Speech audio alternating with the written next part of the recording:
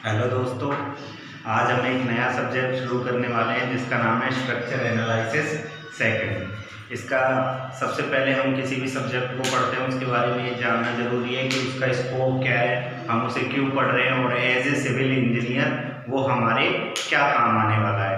तो structure analysis civil engineering का एक मेन सब्जेक्ट है जिसके अंदर हम किसी भी एलिमेंट पर लगने वाले लोड और उस लोड के कारण उस एलिमेंट में आने वाले डिफ्लेक्शन, स्लो, स्ट्रेस, स्ट्रेन, इन सब के बारे में पढ़ते हैं।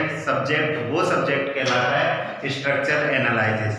तो स्ट्रक्चर एनालिसिस का सेकंड पार्ट जो है उसके बारे में आज हम पढ़ेंगे और उसके बारे में जो पहला मेथड होता है किसी भी एलिमेंट के ऊपर स्लोप या डिफ्लेक्शन, रोटेशन या डिफ्लेक्शन फाइंड आउट करने का, वो होता है unit load method. Unit load method का क्या मतलब है कि हम जो एलिमेंट के ऊपर लोड लगाने वाले हैं, किसी भी एलिमेंट के ऊपर जो लोड लगेगा वो कैसा होगा, एलिमेंट लोड कैसा होगा, यूनिट में होगा। यूनिट मतलब यूनिट में, एक यूनिट में होगा, ठीक है। तो वो यूनिट लोड मेथड होता है। ये कैसा है, unit load method is a force method. Force के होगा तो यूनिट लोड मेथड होगा। It is used for determinate and indeterminate structure. दोनों ही तरीके स्ट्रक्चर्स के लिए यूज में लेते हैं इस मेथड को, चाहे वो डिटरमिनेट हो चाहे इनडिटरमिनेट हो। थर्ड पॉइंट ये क्या है, ये कास्टिग्लिआनस थ्योरम का सेकंड का एक मॉडिफिकेशन है, ठीक है। और we apply a virtual load or movement of unit magnitude in the direction of deflection और rotation and at that particular point पे हम क्या करते हैं, वर्चुअल लोड और मूवमेंट लगा के, वो कैसा, यूनिट मूवमेंट या यूनिट फोर्स। ये जो हम लगाने वाले हैं वर्चुअल लोड और मूवमेंट, ये कैसा होगा, ये कैसा होगा, यूनिट मैग्नीट्यूड होगा, ठीक है। इससे हम पता करेंगे कि उस बॉडी के अंदर डिफ्लेक्शन और रोटेशन कितना होना है। तो देखो हम आगे देखते हैं। इसके बाद ये चीज थी कि यूनिट लोड मेथड होता क्या है, ये उसके बारे में था। अब हम देखते हैं यूनिट लोड मेथड में किस तरीके से थ्योरम काम करती है, किस तरीके से फॉर्मूला यूज करना है और किसी भी बीम या किसी भी एलिमेंट के ऊपर कैसे हम लोड और डिफ्लेक्शन पता करते हैं। तो देखो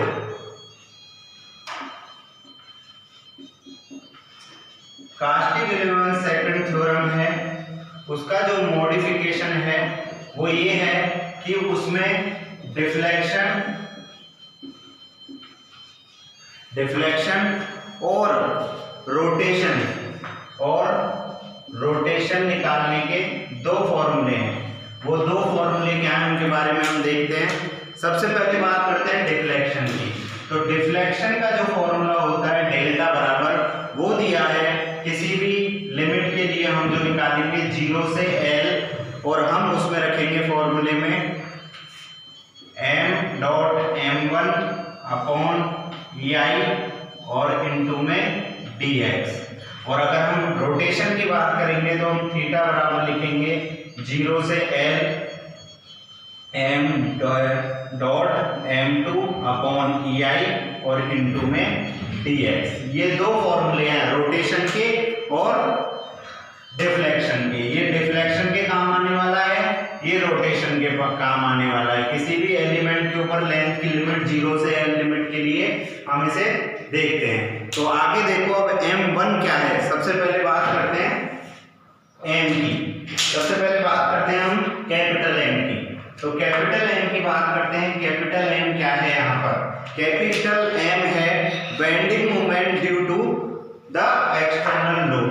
ये होता है M bending moment due to external load. और एक्सटर्नल लोड को हम किससे प्रेजेंट करते हैं, P से। P भी लिख सकते हैं। तो M हमारा जो इस फॉर्मूले में है वो है bending moment due to external load P। M1 क्या है, M1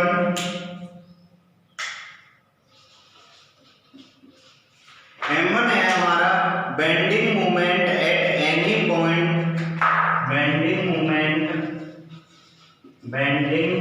moment at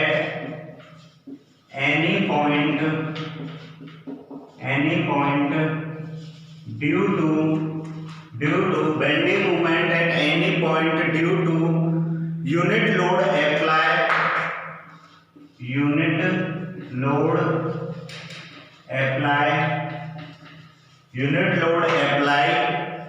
at that point of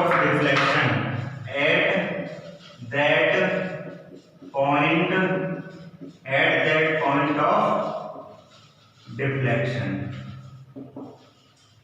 मतलब यहाँ पर m में तो क्या कह रहा है, वो डायरेक्ट हमें बेंडिंग मोमेंट कैलकुलेट कर लेना है। m1 के लिए क्या कह रहा है, वो बेंडिंग मोमेंट है किसी भी पॉइंट पर ड्यू टू यूनिट लोड को हमने किस में ले लेना है, यूनिट लोड मान के मोमेंट कैलकुलेट करना है। और आगे हम बात करते हैं किसकी, m2 की। तो देखो दोस्तों m2 क्या है, यहाँ पर m2 है bending moment at any point, bending moment eight any point due to bending moment at any point due to unit moment applied at the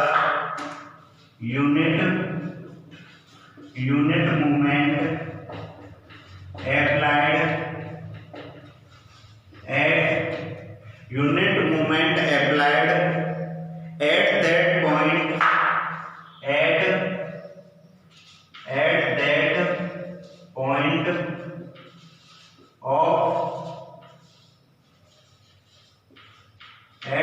point of deflection. तो देखो यहाँ पर बात हुई, हमें फॉर्मूला पता है, डेल्टा का फॉर्मूला होगा 0 से L m dot m1 upon EI into dx, ठीक। और रोटेशन का फॉर्मूला ये होगा, EI क्या है, ये जो EI है, ये E तो किसको प्रेजेंट करता है, E तो हम सब जानते हैं यंग मॉड्यूलस ऑफ इलास्टिसिटी। और I क्या है, I होता है हमारा मोमेंट ऑफ इनर्शिया। तो देखो EI तो सबको पता रहता है, E क्या है, young modulus of elasticity, I क्या है, मोमेंट ऑफ इनर्शिया। तो हमें ये दोनों फॉर्मूले याद रखने हैं बस यूनिट लोड मेथड में, कि हम किसी भी बीम, फ्रेम, किसी भी स्ट्रक्चर का डिफ्लेक्शन और रोटेशन कैसे निकालेंगे। अब देखो आगे चलते हैं हम यूनिट लोड मेथड में। हम कोई भी एक एग्जांपल ले लेते हैं और उससे समझते हैं कि हमें किस तरह डिफ्लेक्शन निकालना है और किस तरह रोटेशन निकालना है। देखो मान के चलो हम कोई एग्जांपल लेते हैं और वो एग्जांपल हमारा किस तरह है,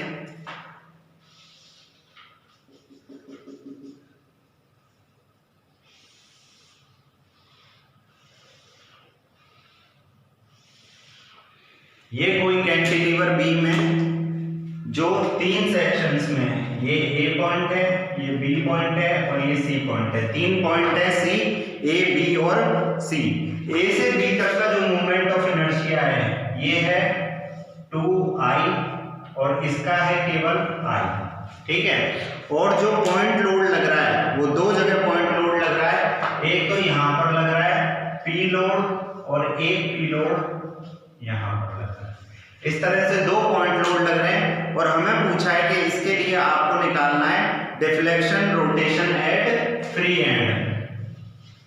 एट फ्री एंड पे डिफ्लेक्शन और रोटेशन दोनों मालूम करने हैं आपको। कहाँ पे, फ्री एंड एट कहाँ पे, सी पॉइंट पे। सी पॉइंट पे हमें निकालना है डिफ्लेक्शन और रोटेशन।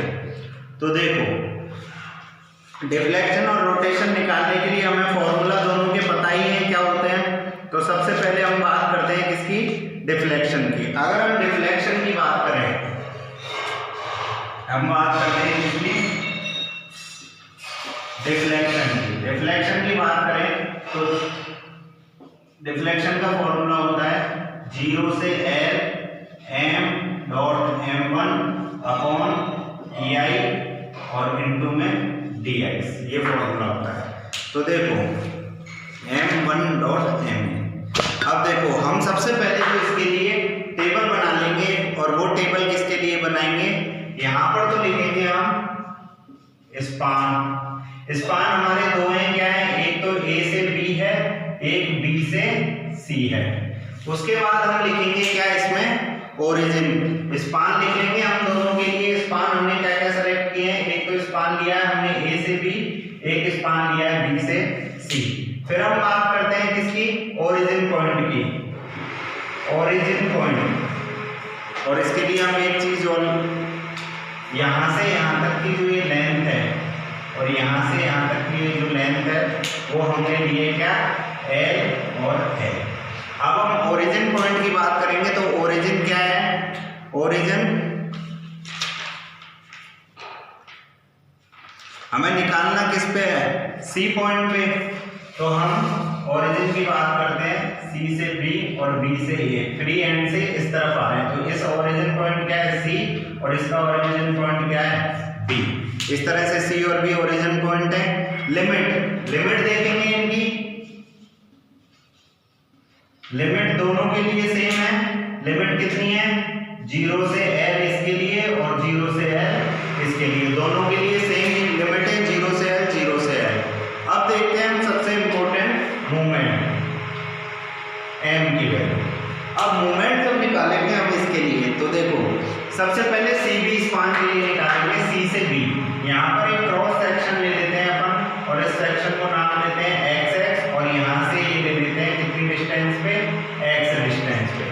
अगर x डिस्टेंस पे हम मूवमेंट देखें इसका, तो मूवमेंट बराबर क्या होता है, मूवमेंट होता है यूनिट लोड इनटू डिस्टेंस। यही होता है मूवमेंट की डेफिनेशन, क्या होती है, लोड इनटू परपेंडिकुलर डिस्टेंस। अब देखो, अगर हम साइन कन्वेंशन की बात करें, सबसे पहले मूवमेंट की बात करेंगे तो मूवमेंट तो क्या हो जाएगा, p और डिस्टेंस क्या है, x। तो मूवमेंट क्या हो जाएगा हमारा, p इंटू एक्स, ये हो जाएगा p इंटू एक्स।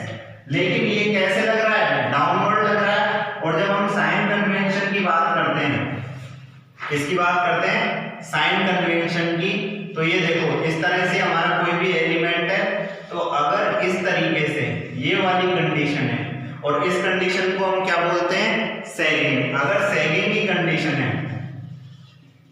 तो इस कंडीशन में जो मूवमेंट होता है वो कैसा होता है, पॉजिटिव। मतलब इस एंड पे, राइट हैंड साइड पे तो कैसा होना चाहिए, एंटी क्लॉकवाइज, और लेफ्ट हैंड साइड पे कैसा होना चाहिए, क्लॉकवाइज। तो यहाँ पर जो मूवमेंट है ये यू है, तो साइन कौन सा आ जाएगा, माइनस। तो एम मूवमेंट कितना आ जाएगा, सी पॉइंट पे, स्पान सी बी में माइनस पी एक्स। अब देखो, अब किसकी बात करते हैं हम, कौन से पॉइंट पे, बी पॉइंट पे, बी से ए पॉइंट पे। अगर बी से ए पॉइंट पे बात करेंगे तो देखो माइनस का पी, ये एल यहां तक लगी रहा है, यहां पे भी एक क्रॉस सेक्शन काटेंगे और यहां पे भी हम किस पे निकालेंगे, ये एक्स एक्स एक सेक्शन काट लिया और यहां से यहां तक ये डिस्टेंस ले ली हमने एक्स। तो यहां पर कितना लगेगा, एक तो पी एक्स ये लगेगा और एक इससे पहले जो लग रहा था वो लगेगा। तो जो मूवमेंट बी से पी पे आएगा वो क्या आएगा हमारे पास,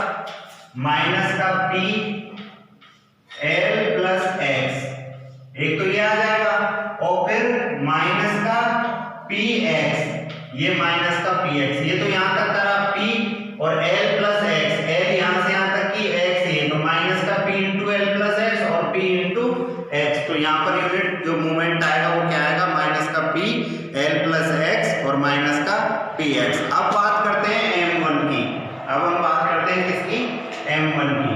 m1 को हमने क्या कहा था कि यूनिट मूवमेंट है। यूनिट मूवमेंट मतलब इन p की जगह इन p को हटा के हम यहाँ पर लोड कितना मान लेते हैं, 1 मान लेते हैं।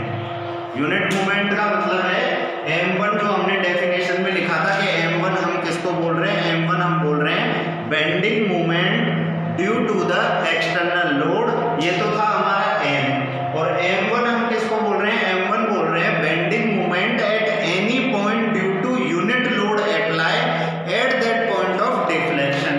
जिस पॉइंट पर डिफ्लेक्शन हो रहा है या हम कैलकुलेट कर रहे हैं उस पॉइंट पर हम यूनिट लोड अप्लाई कर देंगे 1। तो अगर हम 1 अप्लाई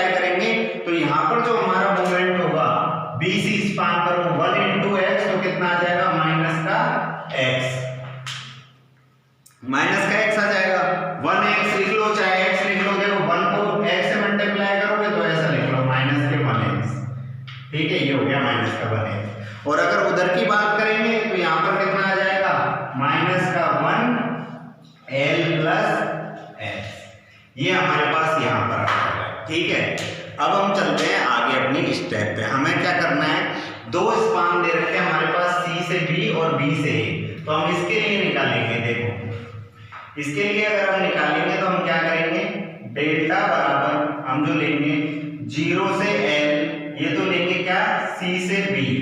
C से B के लिए जब हम वैल्यू पुट करेंगे तो हम क्या वैल्यू पुट करेंगे, वही m डॉट, या हम ऐसा करते हैं, हम डिफ्लेक्शन निकाल रहे हैं तो डिफ्लेक्शन का फॉर्मूला रख लेते हैं। डिफ्लेक्शन का फॉर्मूला क्या होगा, ओवरऑल डिफ्लेक्शन का जो फॉर्मूला होगा वो होगा 0 से L m dot m1 upon EI और इनटू में dx प्लस 0 से L m dot m1 upon EI और इनटू में dx। दो स्पान है कौन कौन से, एक तो हमारे पास है C से B और एक है B से A। दोनों के लिए लिमिट रखेंगे, दोनों के लिए अलग अलग वैल्यू पुट करेंगे। तो देखो दोनों के लिए अलग अलग वैल्यू किस तरीके से पुट करेंगे हम,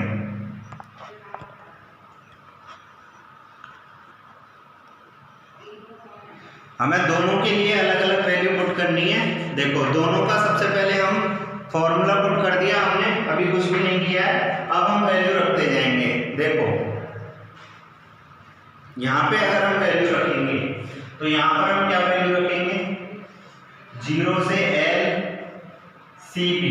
हमारे पास m की वैल्यू क्या है, m की वैल्यू है माइनस px इंटू m1 की वैल्यू क्या है हमारे पास, माइनस का p L प्लस x। यही है m1 की वैल्यू, नहीं m1 की वैल्यू है हमारे पास माइनस का x, तो माइनस का x अपॉन EI और इनटू में dx, ये आ जाएगा यहाँ पर बिल्कुल इजी। उसके बाद इसकी वैल्यू रखेंगे सेकंड वाले की वैल्यू रखेंगे 0 से L, वही यहाँ पर B से A।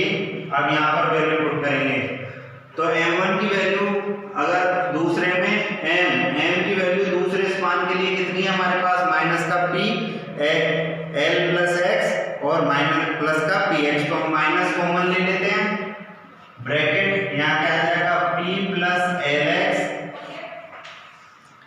p bracket L plus x plus p और ये ब्रैकेट बंद, इस तरीके से आ जाएगा, प्लस px ये आ जाएगा बटे में EI और इनटू में हाँ दोनों में से हमने माइनस कॉमन ले लिया, बाकी यही, और माइनस का x प्लस L, m1 की वैल्यू रखेंगे, यहाँ माइनस लेके x प्लस L लिख लो इनटू में dx, ये हो गया। अब हमें क्या करना है, इसके बाद इसको सिंपली डिफरेंशिएट करना है। तो ये कितना हो जाएगा, ये हो जाएगा 0 से L px square upon EI और इनटू में dx प्लस यहाँ 0 से L, ये क्या हो जाएगा, इसकी जगह हम क्या लिख देंगे, p माइनस, जो हमने माइनस माइनस इन दोनों को अगर गुणा करेंगे हम तो यहाँ से माइनस माइनस क्या हो जाएंगे, प्लस हो जाएंगे। तो वैल्यू क्या आएगी, px प्लस L, एक तो ये आ जाएगी, प्लस में क्या आ जाएगा, px प्लस में क्या आएगा px और इनटू में क्या रह जाएगा, इनटू में रह जाएगा x प्लस L, ये ब्रैकेट लगा के, और इनटू में रह जाएगा x प्लस L dx और बटे में क्या आ जाएगा, बटे में आ जाएगा EI। अब इसको सिंपली आगे वही सॉल्व करते जाएंगे, आगे सॉल्व करेंगे तो क्या आएगा, वही px square upon EI dx, यहाँ तो क्या रहेगा, वही 0 से L px square upon EI into में dx प्लस 0 से L। अब इसको सॉल्व करेंगे तो क्या आएगा, px प्लस L का whole square, px plus L का होल स्क्वायर प्लस p, और ब्रैकेट में क्या रह जाएगा, ब्रैकेट में रह जाएगा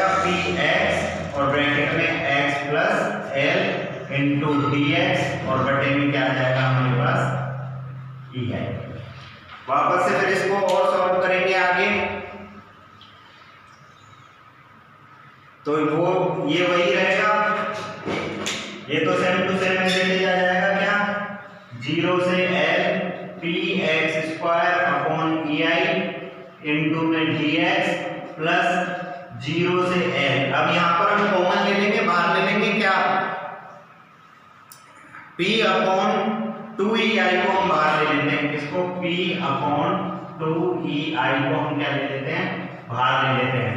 तो ब्रैकेट में जो हमारे पास वैल्यू बनेगी, इसमें जो ब्रैकेट में हमारे पास वैल्यू बचेगी वो क्या बचेगी, x प्लस एल का whole square, x plus L का होल स्क्वायर प्लस इसके अलावा और क्या बच जाएगा, प्लस x और x प्लस एल और इनटू में dx, ये वैल्यू बचेगी और बस ये वैल्यू रह जाएगी हमारे पास। उसके बाद हम क्या करेंगे, फिर इसको और आगे सॉल्व करेंगे, और आगे सॉल्व करेंगे तो हमारे पास जो वैल्यू आएगी इसकी वो किस तरह से आएगी, पूरा सॉल्व करके बताता हूं मैं आप लोगों को।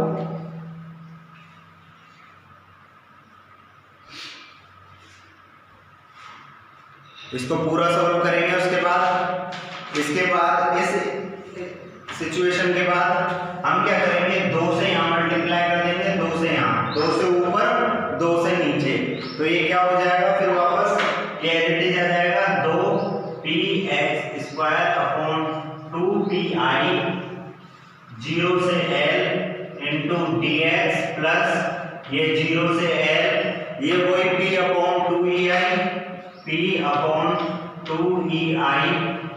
ब्रैकेट में आपकी बार क्या आएगा, x square plus L square, इसका क्या हो जाएगा, x square plus L square plus 2lx plus x square plus lx और ब्रैकेट बंद इंटू में dx। भाई इसको a प्लस b के होल स्क्वायर से खोल लेंगे और इसको दोनों से मल्टीप्लाई कर देंगे, ये हो जाएगा। अब उसके बाद क्या करेंगे नेक्स्ट स्टेप में, इसको रफ कर देते हैं यहां से।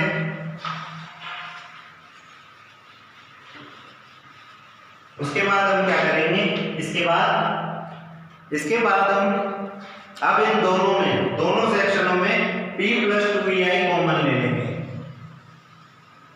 अब इनमें क्या करेंगे हम, p अपॉन 2ei बाहर ले लेंगे, तो p अपॉन 2ei को क्या किया, बाहर ले लिया, 0 से L, लिमिट वही दोनों के लिए 0 से L है, बचेगा क्या, x square plus dx, x square dot dx plus फिर वापस से 0 से L, और ये तो इसका रह जाएगा यहाँ पे, तो एक्स स्क्वायर, यहाँ पे क्या बच जाएगा, ये एज इट इज बच जाएगा, एक्स स्क्वायर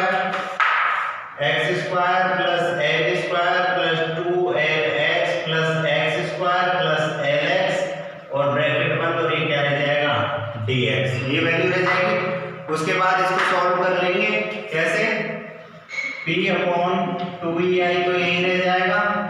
उसके बाद आगे चलेंगे कैसे, 2x क्यूब अपॉन 3, इसका तो क्या हो जाएगा, ये हो जाएगा 2x क्यूब अपॉन 3 और लिमिट वही 0 से लेके L प्लस आगे x क्यूब बाई 3, इसका कितना हो जाएगा, x क्यूब बाई 3 प्लस ये L स्क्वायर का क्या होगा, L स्क्वायर x हो जाएगा, L का करना ही नहीं है अपन को, प्लस फिर 2lx का करेंगे, 2lx का क्या हो जाएगा, 2l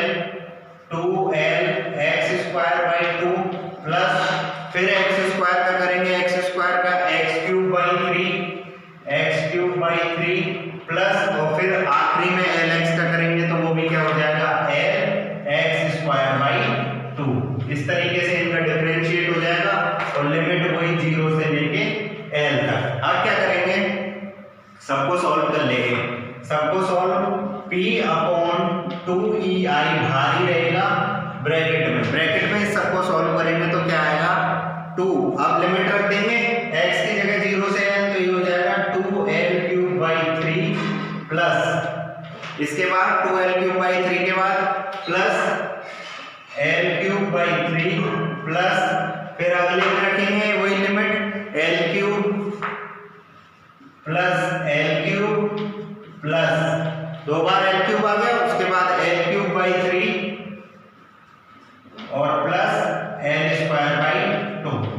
इस तरीके से यूनिट रख देंगे। इसको आगे सॉल्व करेंगे तो हमारे पास क्या आएगा, P/2EI ब्रैकेट, उसके बाद इसको सॉल्व करेंगे पूरे को तो 4L³ प्लस, अब देखो इनको स्टेप बाय स्टेप अगर सॉल्व करना आ गया आपको तो आप सारी चीज कर दोगे एक बार यहाँ तक इक्वेशन में। मेन तो हमारी वो टेबल थी, वो टेबल अगर बनाना सीख गए तो ये सारी चीजें बहुत ही इजी हैं, ठीक है। उसके बाद देखो प्लस 2L³ प्लस, और यहाँ से इसको जो भी रह गया उसको सॉल्व कर लेंगे तो L³/2 ये वैल्यू आएगी। और जो फाइनल हमारे पास वैल्यू आएगी डिफ्लेक्शन की वो क्या आएगी, वो हमारे पास आएगा डिफ्लेक्शन इक्वल टू, इस पूरे को सॉल्व करने के बाद 23PL³ 23PL³/12EI। तो इस तरीके से इसका क्या आ जाएगा, डिफ्लेक्शन आ जाएगा। ये हमने डिफ्लेक्शन निकाल लिया। तो यूनिट लोड मेथड से अगर डिफ्लेक्शन निकालना है तो वो बहुत ही इजी है।